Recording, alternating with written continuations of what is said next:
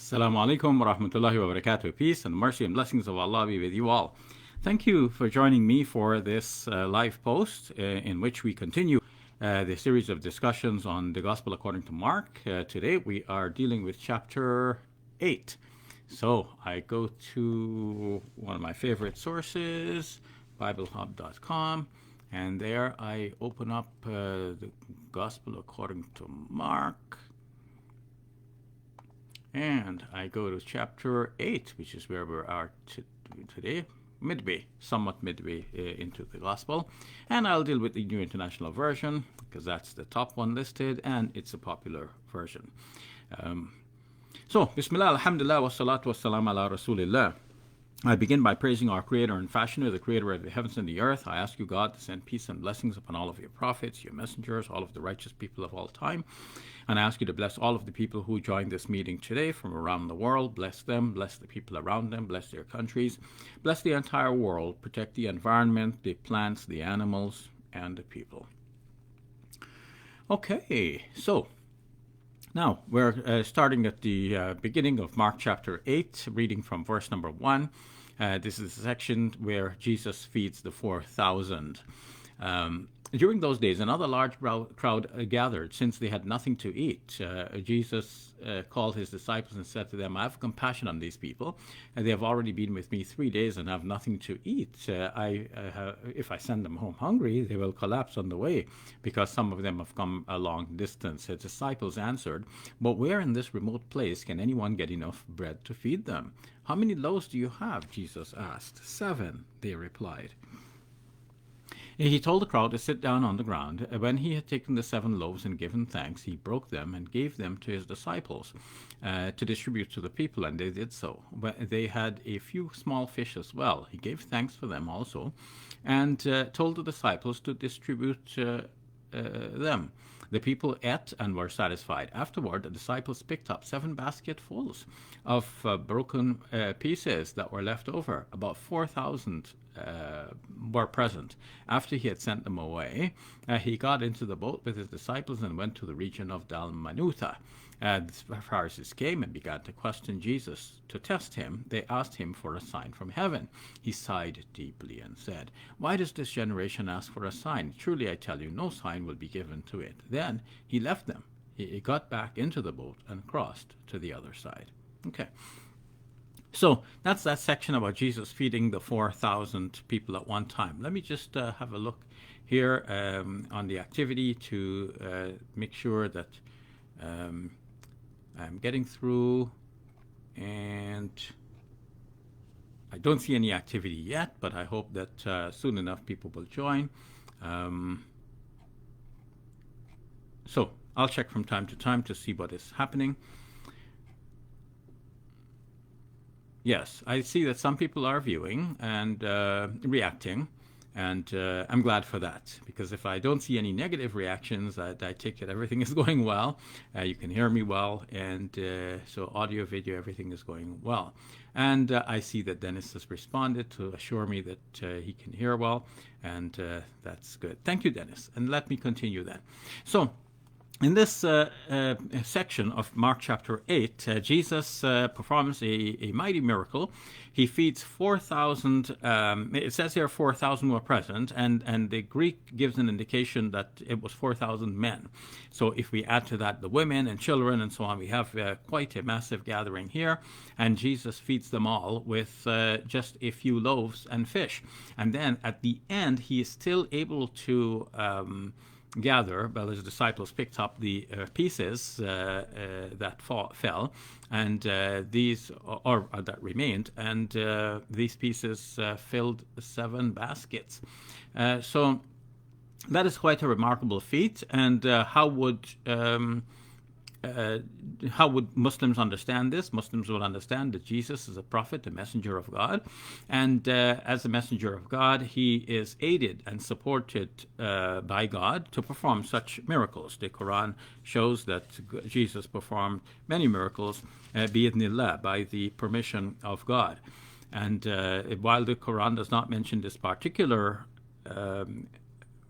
miracle, The Quran mentions other miracles, and these are all done by the signs of God. So nothing difficult for Muslims to accept here. In fact, difficult is not even the word.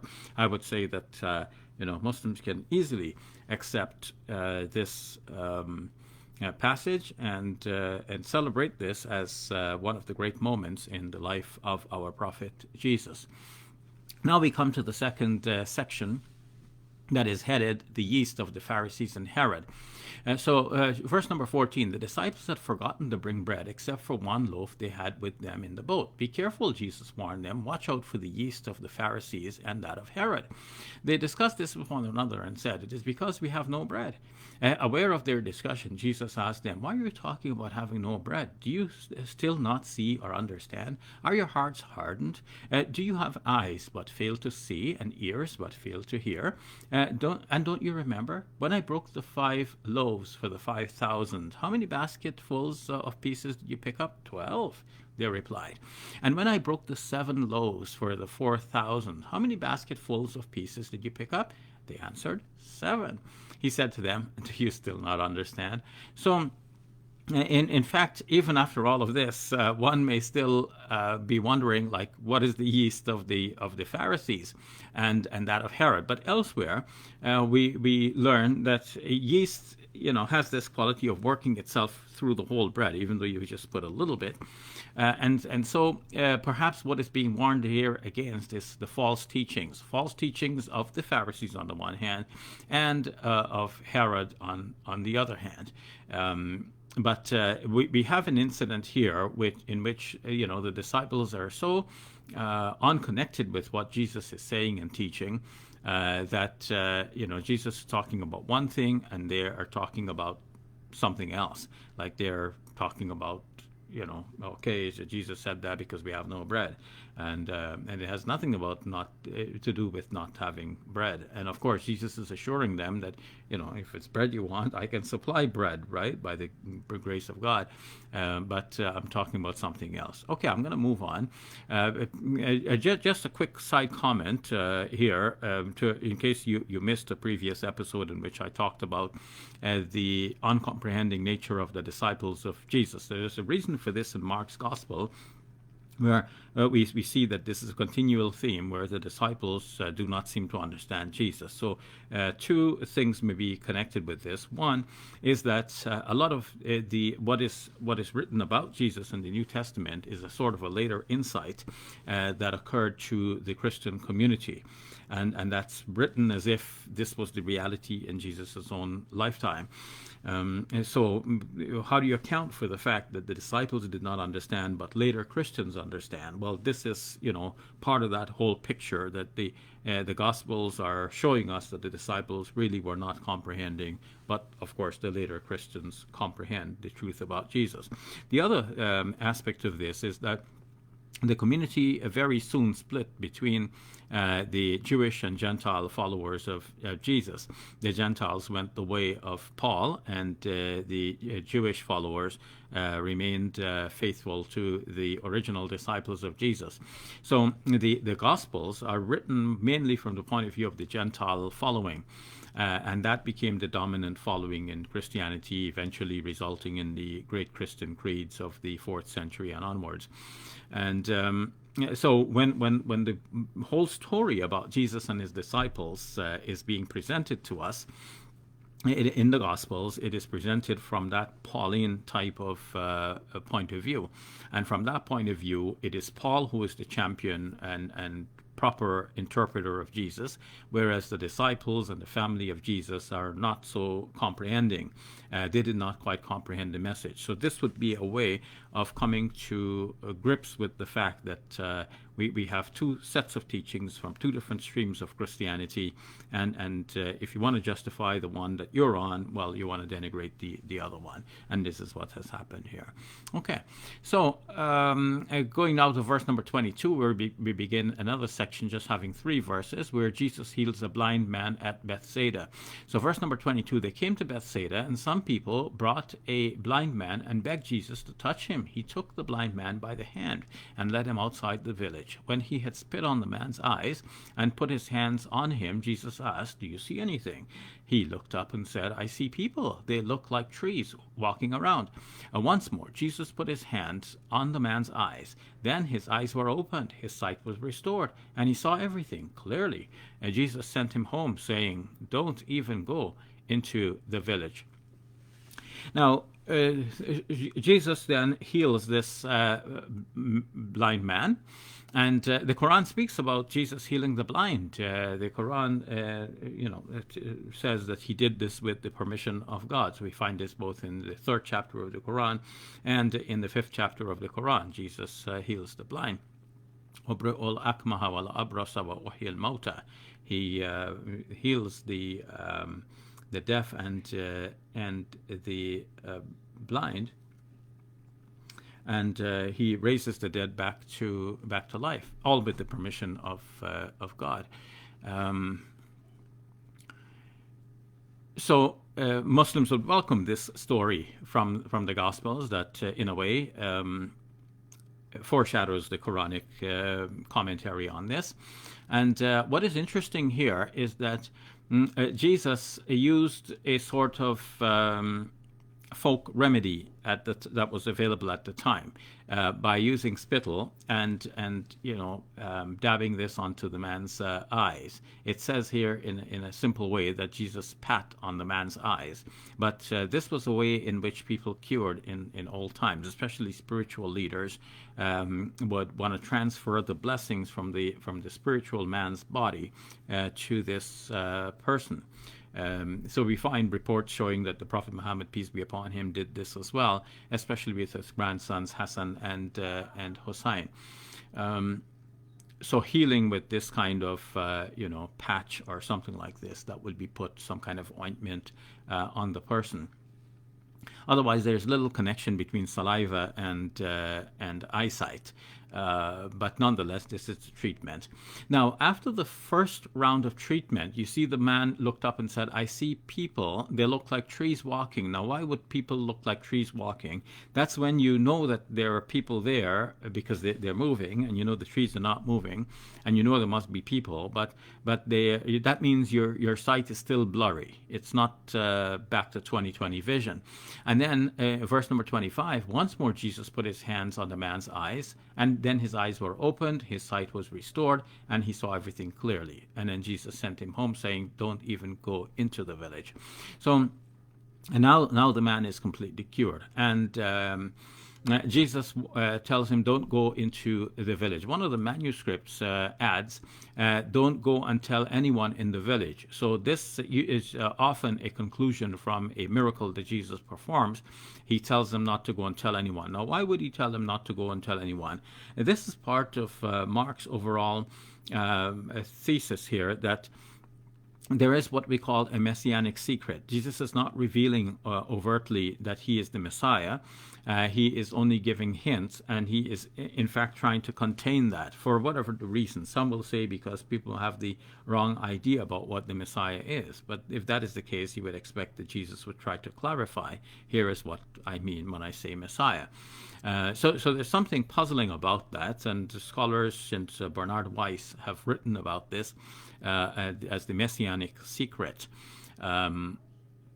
So that's one aspect of what is happening here. The other aspect could be that those who were showing their allegiance to Jesus were being persecuted in the later, like after Jesus had left the scene, and some of that is reflected back into the stories as they are being told now about Jesus. It's as if the people would be persecuted right then and there if they go and tell everyone that they are allegiant to Jesus, and God knows best about that. So we're getting to the end here, but let me just quickly have a look at the activity here on the page, and I see, yes, others have been commenting. Thank you for that. I'll look at your comments very soon.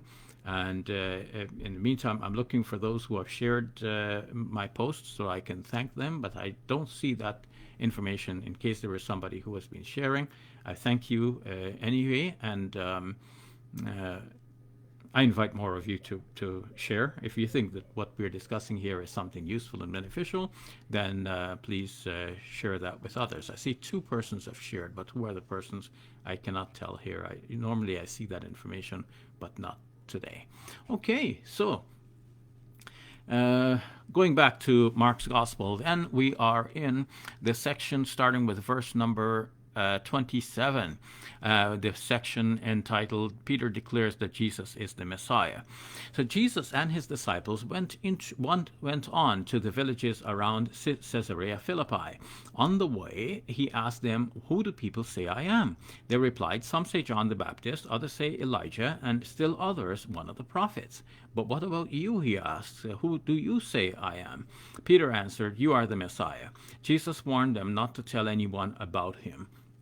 Now, so Jesus and his disciples are going on to the villages around this place called Caesarea Philippi, and on the way he's asking them, "Okay, so who do people say I am?" Now, this is the response that is being reported to him.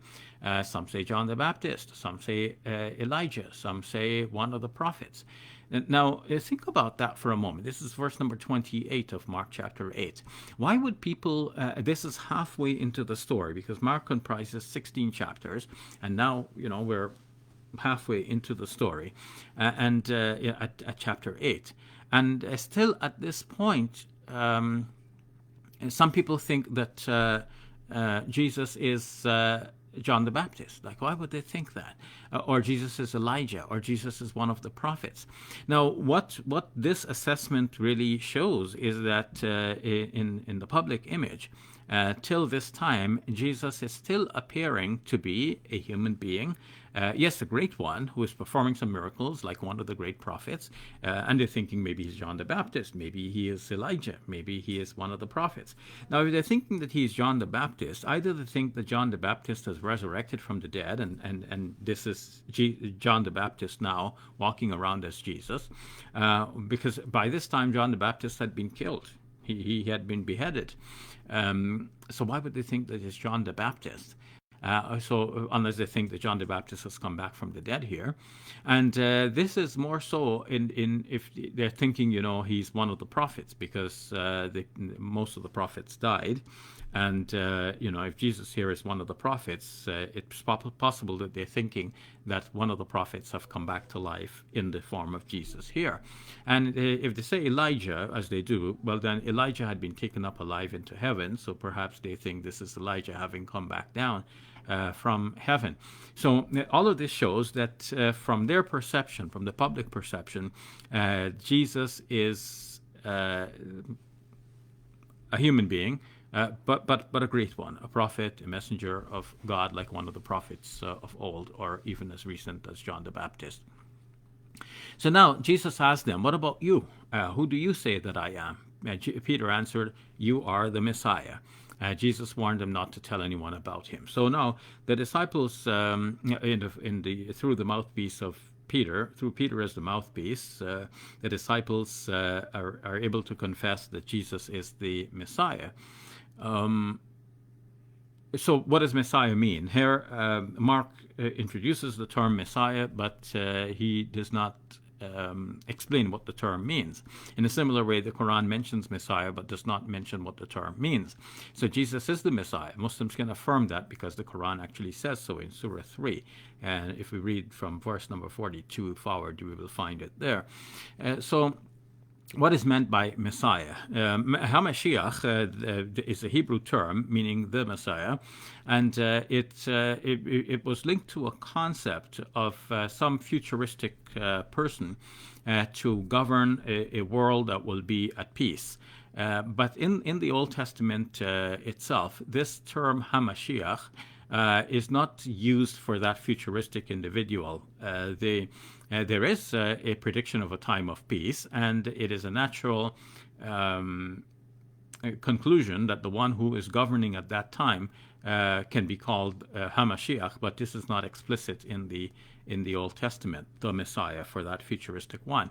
Rather, the term the Messiah is used for other entities in the Old Testament, some prophets and leaders, even Cyrus, the Persian king, is referred to as the Messiah of God. That's in Isaiah 45, verse number 1. So the term Messiah can have a varied meaning, usually referring to someone who is specially approved of by God. And this reflects on what we will see later in the Acts of the Apostles in the Bible, where Peter says that Jesus was a man approved by God. So that's essentially what the term Messiah means, usually one who is singled out or approved for a special office and of special service to God.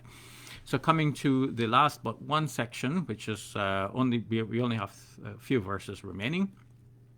So here we have Jesus predicts his death, starting with verse number 31. So verse number 31, he then began to teach them that the Son of Man must suffer many things and be rejected by the elders, the chief priests, and the teachers of the law, and that he must be killed and after 3 days rise again. He spoke plainly about this, and Peter took him aside and began to rebuke him. But when Jesus turned and looked at his disciples, he rebuked Peter. "Get behind me, Satan," he said. You do not have in mind the concerns of God, but merely human concerns. So, a few things warrant our response here. Let's start with the easy part. Jesus rebukes Peter. So why would he rebuke Peter? Now, because Peter took him aside and began to rebuke him. Peter cannot apparently accept that Jesus is going to go through this suffering phase. And, so Peter is saying to Jesus basically, don't talk like that. And Peter is, and Jesus in turn rebukes Peter, but in a very harsh way, saying, "Get behind me, Satan. You do not have in mind the concerns of God, but merely human concerns." And then, this here is thought by some to be an authentic reminiscence into the life of Jesus, because it is not conceivable that the church would have made this up. But more needs to be said about that. But I'm going to leave that aside for the time being. Robert Gundry has written a book in which he questions whether Matthew presents Jesus as a genuine disciple of Jesus, but that's Matthew, and we can see a tinge of what's happening here a tinge of that is probably happening here in Mark, but I've already said enough about that. I want to say something more about this Son of Man. So verse number 31, he then began to teach them that the Son of Man must suffer many things and be rejected by the elders, the chief priests, and the teachers of the law, and that he must be killed and after 3 days rise again. Now, most commentators will agree that this Son of Man here is a reference to Jesus, as opposed to the later one, which will occur in verse number 38 just below. So we will have to come back to this concept. But for the moment, the Son of Man as a suffering one. So the scholars divide the Son of Man sayings of Jesus in the Gospels into three categories. One is Jesus speaking about him in a kind of an ordinary sense, just meaning something like this fellow or this person here, this human being. And another category contains those verses in which Jesus is speaking about the future the about to suffer Son of Man. And hardly any scholar would doubt that this is a reference to Jesus. Jesus is the one who is about to suffer. So let's accept that and move on. And then the question that arises for Muslims is that if you accept Jesus as a prophet, why do you not accept that he predicted his death, that he will die and he will rise again?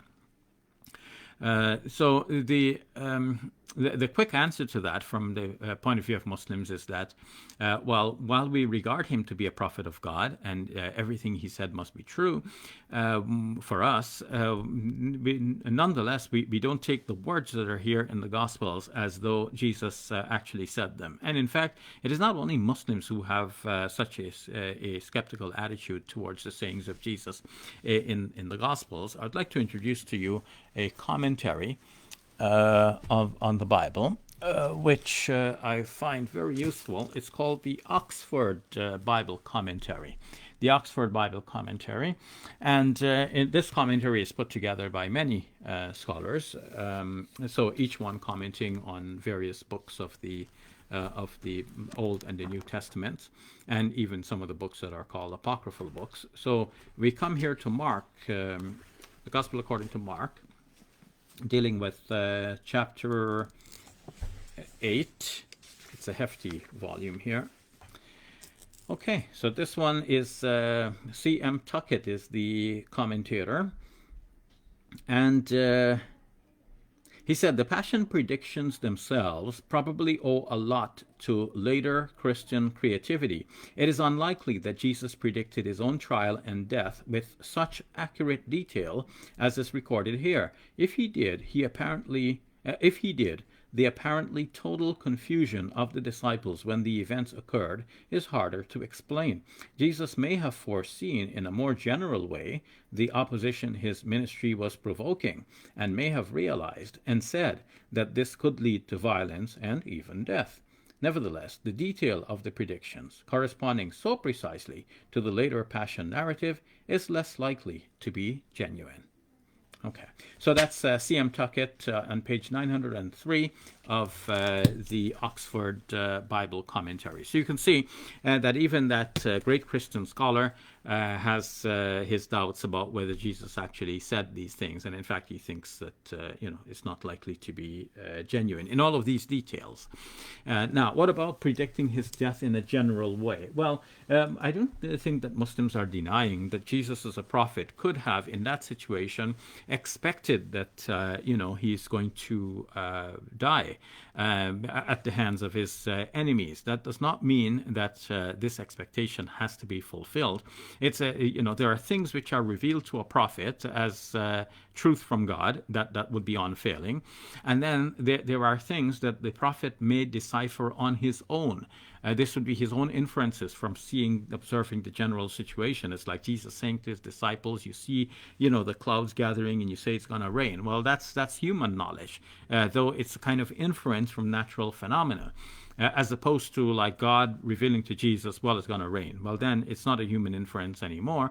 It is, or not merely a human inference, but this is divine revelation, which is unfailing. So when Jesus predicts his death, if he did, would that be by the human inference or by a divine revelation? So Muslims would say this could not have been by divine revelation. It would have been the inference at the time. Jesus would have known that though preaching the way he does, and provoking the authorities the way he does, this naturally will lead to them trying to retaliate. And how would they save face? They would try to kill the messenger of God. So it's almost like putting two and two together, and Jesus would definitely have put the two and two together. He was an intelligent person, and he could see from the history of the persecution of previous prophets that this is the road he is going down on as well, and this inevitably will happen to him. Of course, Muslims believe that God rescued Jesus and raised him to himself. But that explains that portion. Now we come to this last part about the way of the cross. This starts with verse number 34, and we're almost at the end here. Then I come to your questions and comments. Verse number 34. Then he called the crowd to him along with his disciples and said, whoever wants to be my disciple must deny himself and take up their cross and follow me. For whoever wants to save their life will lose it, but whoever loses their life for me and for the gospel will save it. What good is it for someone to gain the whole world, yet forfeit their soul? Or what can anyone give in exchange for their soul? If anyone is ashamed of me and my words in this adulterous and sinful generation, the Son of Man will be ashamed of them when he comes in his Father's glory with the holy angels. So now, let's take this a step at a time. Whoever is following Jesus must deny themselves and take up their cross and follow Jesus. So what does it mean? It doesn't mean necessarily that they must be crucified, though this was the fate of Peter according to Christian tradition. Peter was crucified, it was said, upside down. And now that raises the question: if Jesus suffered once and for all for all good Christians, then why would Peter have to suffer as well? And why would he say, take up your cross and follow me? As if this means that you must be prepared for a great deal of suffering if you're going to follow me. So this shows in a way that the idea that Jesus died a vicarious atonement for everyone, and God is not going to cause people to suffer anymore. That idea is not there in the lifetime of Jesus. This is a later idea foisted upon the story of Jesus.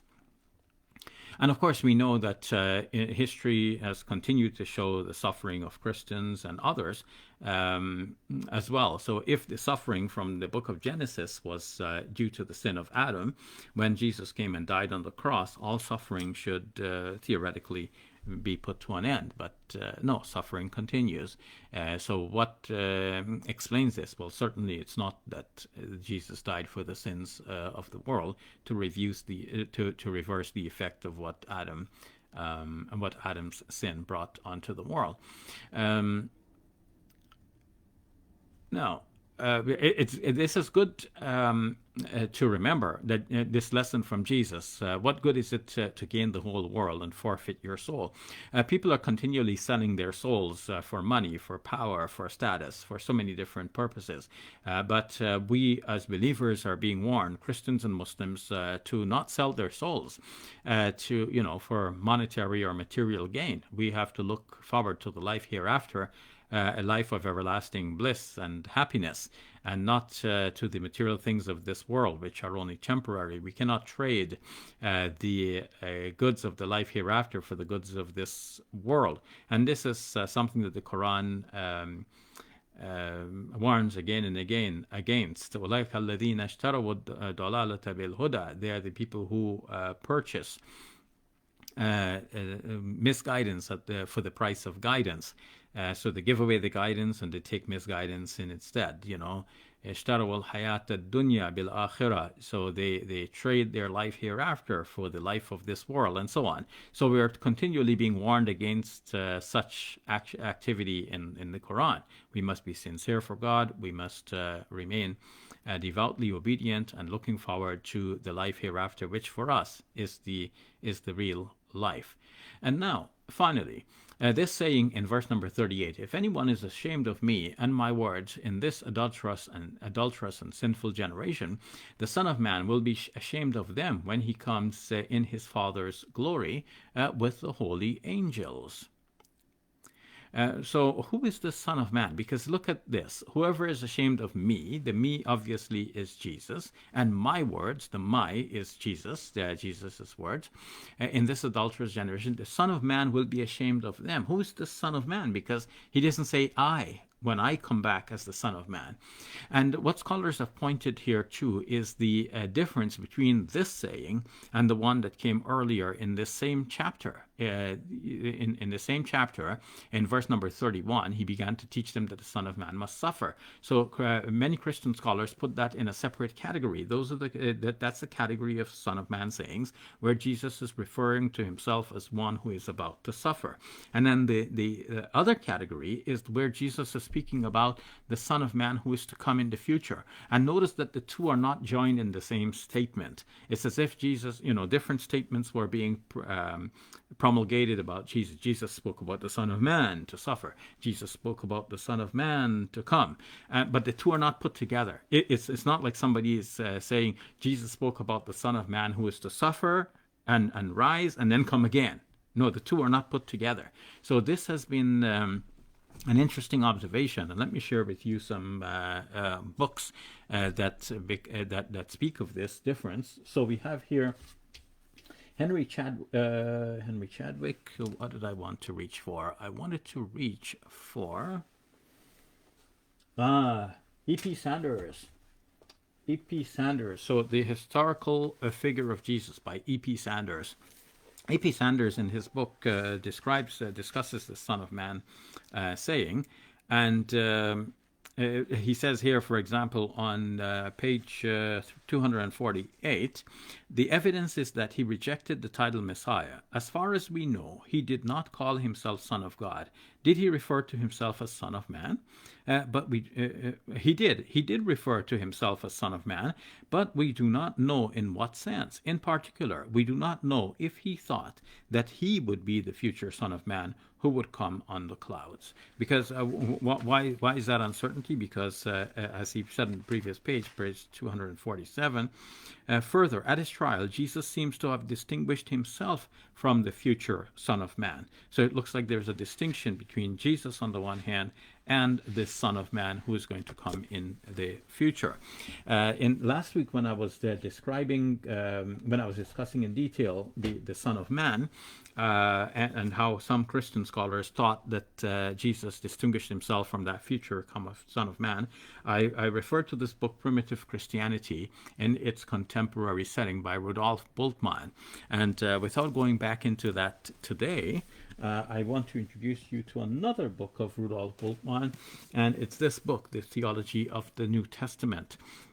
This is an old book, but it's been reprinted, and in this book as well, Rudolf Bultmann is pointing out that Jesus himself distinguished between himself and that coming Son of Man, but it is the church that identified the two. And so we find in the gospel that obviously Jesus is presented as that Son of Man without that distinction being emphasized too much, but we can see that distinction is there in the sayings. But the writer of these gospels seem to want to present Jesus as that he's the final. There's no future one coming. But on page 29 of this book, the Theology of the New Testament. This is what Bultmann says. But it must be admitted that in them he speaks of the Son of Man in the third person without identifying himself with him. So according to Bultmann, Jesus made that distinction, but eventually that distinction became lost, and the Gospels present Jesus as though he is the Son of Man, the be-all and end all. Even the Son of Man who is to come. Now, I introduced you to the Oxford Bible Commentary, so it'll be interesting to see what Christopher Tuckett had said about this Son of Man statement.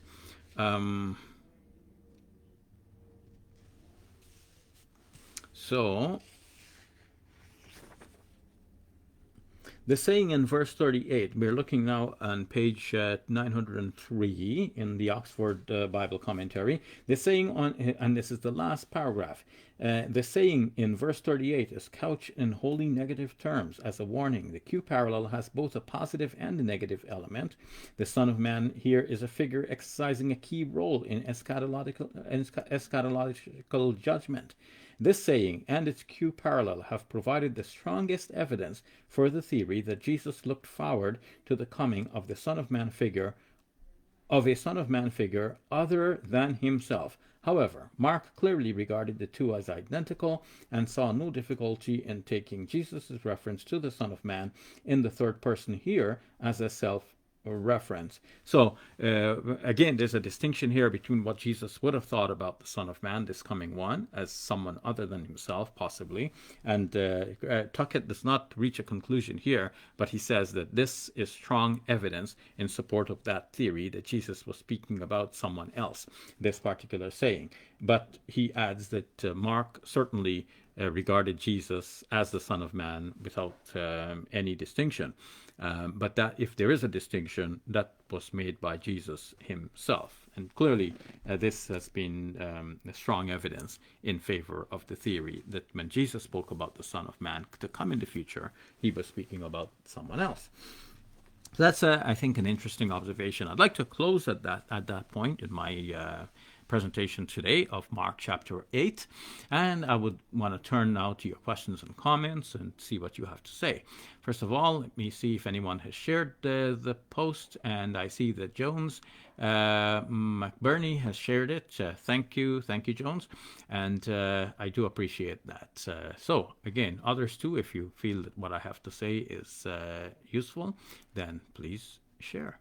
Okay, so Looking at your comments now, Hamza saying salam, wa alaikum salam, and to you too, Sister Joyce, wa alaikum salam wa rahmatullahi wa barakatuh. And Hamza saying, Sheikh, what exactly does begotten son mean? Does it indicate divinity? Well, right now I'm doing some studies about on the book of John Collins and his wife, Adela Yarbo Collins. So John Collins is very clear that the idea of begotten, and I'm still studying this some more, so I will solidify my thinking on it. But the kings in the regions surrounding Israel, surrounding ancient Israel, were sometimes said to be begotten by God, and sometimes it was meant in what John Collins calls a mythical sense, in which case the godling here, or the younger God, is really begotten by his father in a mythical sense. But sometimes it is used in an adoptive sense. So one has to see the context. And in the Old Testament, obviously, it is meant in an adoptive sense. And we see this in several passages, for example, the 45th Psalm, where the king at the time of his enthronement is said to be begotten by God. Psalm, the second Psalm. This was already said of David, this day have I begotten thee. It's the day of his coronation. It is not the day of his birth. So this begetting is just a way of saying and emphasizing that this really is a person approved by God. This is to be called the Son of God. So it does not indicate divinity, not in the Bible. Now, in the Gospel according to John, Jesus is said to be in the bosom of the Father, and this is this has overtones of a different type. So John's Gospel is presenting Jesus as the only begotten Son of God. And nowadays, the word begotten is dropped from the translations, and they tend to make it like the unique Son of God. Because if we say begotten, then this gives a sort of secondary status to Jesus almost by definition. Because if he's begotten, he depends on the Father. It's not like they're coexistent and co-eternal from all eternity. One obviously depends on the other, and one could not have existed without the other, and so on. So that has its own problem. So the term begotten tends to be dropped in the translations, and people are favoring unique instead of only begotten. But what is at work as well is that John's Gospel does actually present Jesus as being a sort of a secondary deity. So he is a begotten God, and this is how John 1:18, John chapter 1, verse number 18, is read in the best manuscripts about this, that this is the only begotten God, or the one of its kind God. So it's as if there is only one Almighty God, whom in John chapter 17, verse 3, is identified as the only true God, the one to whom Jesus is praying. And then below him, you have another one who is also unique. He is the principal angel, or as John is calling him, the only begotten God. So that means, in a sense, divinity. But now we have to explain what is meant by divinity, because there is one God, and now there is a lesser God. So you might say that lesser God is divine, just as we might say that there are many divine beings. But divine in what sense? It's not that this is the only God. It's only in the sense that this is a lesser God than the ultimate divinity. Okay, Salmi saying, may Allah bless you with lots of happiness and peace. Assalamu alaikum, Brother Shabir. Wa alaikum salam, Brother Salmi. Thank you for that kind dua, and the same to you as well, and to all your loved ones. May Allah subhanahu wa ta'ala bless you all. Hamza Sheikh, I watch your videos on tattoos, which you left open-ended, and a question came to my mind. I feel there needs to be some level of reform, especially some hadith. I think the word is tajdeed. So my question, what are the boundaries of correct tajdeed, and is removing classical prohibitions within this scope? Now, Brother Hamza, there is actually a book that is written by Sheikh Yusuf al-Qaradawi regarding tajdeed. So that will be an interesting read. But there are others as well. After 9/11, there were many thinkers who, came to the fore to deal with this. And one of these persons is Muqtadar Khan. You can look up his website. I hope his website is still up. I haven't looked for it for a long time. Muqtadir Khan, something like this is his name. And so he had a lot of good ideas about reform.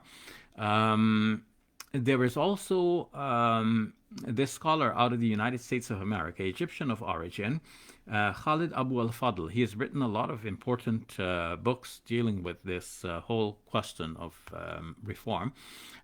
So that is important for you to read as well. So I'll leave it at that for today. Just look up these resources. Dennis Lizak. Interesting. In Mark 8, verse 6, and he instructed the crowd to recline on the ground. Then he took the 7 loaves, gave thanks, broke them, and began giving them to his disciples to serve, and they served them to the crowd. Jesus gave the food to the disciples, not directly to the crowd. So that Jesus has authorized a specific group to give the literal food to the crowd in that example. And he has also chosen a specific group of people to give spiritual food to us. Okay, interesting, Dennis. Thank you for that insight. And we go to Lubika. Lubika says, Salam alaikum, and may Allah bless you and family. You too, my sister. May Allah SWT bless you and your family and all of the people of your country. Saad, Assalamu alaikum, doctor. Is this gospel written by Mark? Now, Saad, this, when it says Mark was a very common name at the time. So which Mark it was, nobody really knows. So the name Mark was attached to it. And because Mark was not said to be a disciple, only a follower of Peter, this has hardly come under dispute. It's just accepted as a matter of fact. Because if this was said to be written by a disciple, then people would be more interested. Is he a disciple? Is he not? But since he's not a disciple, hardly anyone discusses that. But it is widely acknowledged that we don't know who this Mark really is. There is a Mark that is mentioned in the gospel stories, and not so much in the gospel stories. I'll come back to that for a moment. But in Paul's writings, only Mark is with me, or someone, or Mark was on one occasion said to have departed from the company of Paul and Barnabas, and so on. So there is a Mark there, but is that the same Mark? Nobody knows for sure. There is a John Mark who is mentioned. Is that the Mark who wrote this gospel? Nobody knows for sure. Now, in the gospel story of Mark itself, when Jesus was arrested, it was said that there was a young man fleeing, and the soldiers trying to arrest the disciples of Jesus, obviously, grabbed his clothes, and the sheet that he was wrapped in actually was left in the hands of the arresting officers, and obviously this young man fled naked. So some think maybe this is an autobiographical detail, but that's hardly certain. So in the end, we don't really know who is this Mark that wrote this gospel. Mark was a very common name at the time, and we know in other cases that the early church fathers ascribe names to the Gospels to link them in some way as, being authoritative. So either they name them after disciples in the case of Matthew and John, or they name them after disciples of disciples. In the case of Mark, he is said to be a disciple of Peter. In the case of Luke, he is said to be a traveling companion of Paul. And but all of these assumptions have become tested in modern times, and none of them really withstands the test to give that confidence that these names are really the names of the original authors. Okay, Hamza Sheikh, what exactly does it mean to sell your soul? Do you think it is just losing your morality, or is it something more than this, like cults, like Illuminati, etc.? I wouldn't go that, I mean, it could include all of that. Like, I mean, if without naming any specific group, if one is taking a wrong path to that extent, then really the one is selling one's soul in a way, in a most crude way. Sometimes you see a funny movie in which somebody makes a deal with the devil, the devil buys their soul and gives them like so many different wishes or whatever. And then when they make their wishes, the devil tricks them. So, the devil takes them very literally at their words, and then, gives them a result that they would not have wanted, but, they asked for it literally, and the devil gave it to them. So they're tricked. First, they lose their soul to the devil, and secondly, they don't really get what they bargained for. They're getting literally what they asked for, but that's not what really they wanted. So that's really selling your soul to the devil. But more commonly, the way it would apply to the rest of us is that as we are, people could be making all kinds of compromises, and that is called selling one's soul. Somebody tells a lie to gain material status or benefits. Somebody, sells out his religion, in order to get some benefit and so on. So we have to be watchful for that, and God knows best. Okay, Glenn Usher referring to Daniel 7 verses 9 to 13, which we discussed at length in the previous episode when we're dealing specifically with the Son of Man, saying, and just as a side comment here, it cannot be certain that when Jesus spoke about the Son of Man, he had in mind Daniel chapter 7, verses 9 to 13. But even if he did, there's an interesting a discussion about this done by our brother Ali Atai in the blogging theology site, on the blogging theology site with Brother Paul Williams.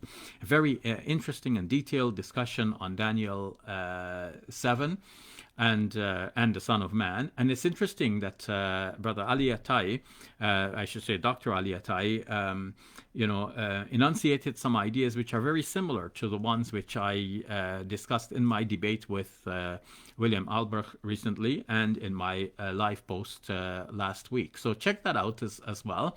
Hamza, Sheikh, how authentic is the Sirah? Is there a lecture coming to my city? There is a lecture coming to my city by a reputable speaker. What attitude should I bring in to the information presented?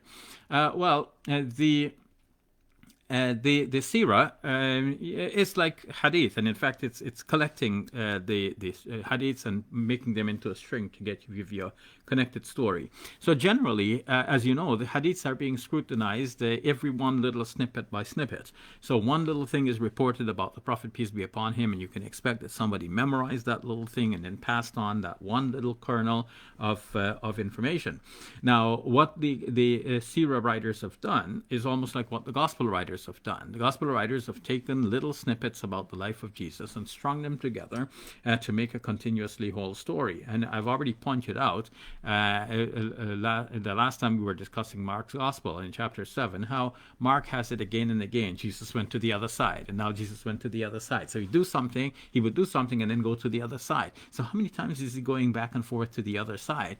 You would expect that he would do everything he wanted to do on the one side, and then he would go to the other side and then do everything he wanted there. But this back and forth, this is drama, and it is the way in which the writer has pulled together the various kernels, like you might say beads, and then strung them together in a particular order and sequence of events. And he's put his own cement in between, like as if these are little building blocks, and then he puts his own cement in between, like he adds words and commentary to show the connectivity between all of this. Because it is hardly likely that anyone, whether somebody is memorizing the life of Jesus on whom be peace, or the life of the Prophet Muhammad, peace be on whom be peace, like it's hardly likely that somebody is going to remember, like on a certain day, from the beginning of the day to the end of the day, this is everything we did. It is more likely that they remembered little bits of information, and now the writers are trying to put them all together into a connected whole. So the longer the story, the longer the passage that needed to be memorized, the less likely somebody memorized it like that. So when we're dealing with the Sirah, in order to give you a complete story, the Sira writer had to take whatever he could find. He's desperate for information because he wants the gaps to be filled. He wants more information to give you a connected whole story rather than just little bits and pieces, a saying here, a piece of reported action there. He wants a connected story, and so he has to accept things which are not so well scrutinized. Whereas the hadith writers, the hadith compilers, want to make sure that what they're collecting is properly scrutinized. So if there's a certain saying of the Prophet Muhammad, peace be upon him, being reported, they want to make sure that this saying by itself, just that one, it could be just one line, it could be just a few words, but that they are properly memorized and properly transmitted from one generation to the next without fail. So that's their concern. So they're going to make sure that what they include is properly authenticated. The Sira writers, those who are writing the whole biography, they have a different concern. They want a whole, long, connected story. And to get the whole, long, connected story, you won't get it from one individual who has memorized the whole thing. You will get bits and pieces. You need to put them together, and you need many, many more bits and pieces to fill out. Otherwise, you would have, in 1 year, the Prophet, peace be upon him, said this, and the next year he said this other thing, like what's happening in between. So to get this information of what's happening in between, you need to take even the information which is not so well authenticated, because you need the connected story. So you have to always bear this in mind, that the hadiths themselves, as you know, require some critical engagement with. You cannot dismiss them altogether, nor can you accept them without some sort of scrutiny. And when it comes to the Sirah, you have to also take that you have to bring that circumspection to it, to make sure that you're not just simply swallowing everything hook, line, and sinker, but you are discerning. You try to frame it in such a way that this is information that was supplied in order to make a connected story. Not all bits of that information is going to be very accurate. Okay, and now we go to Dennis, who says, when it says in Mark 8:35 that whoever loses his life for his soul, for my sake and for the sake of the good news, will save it, it often reminds me of the passages of the Quran that we should that say we should not prefer this life. Oops, something went wrong here.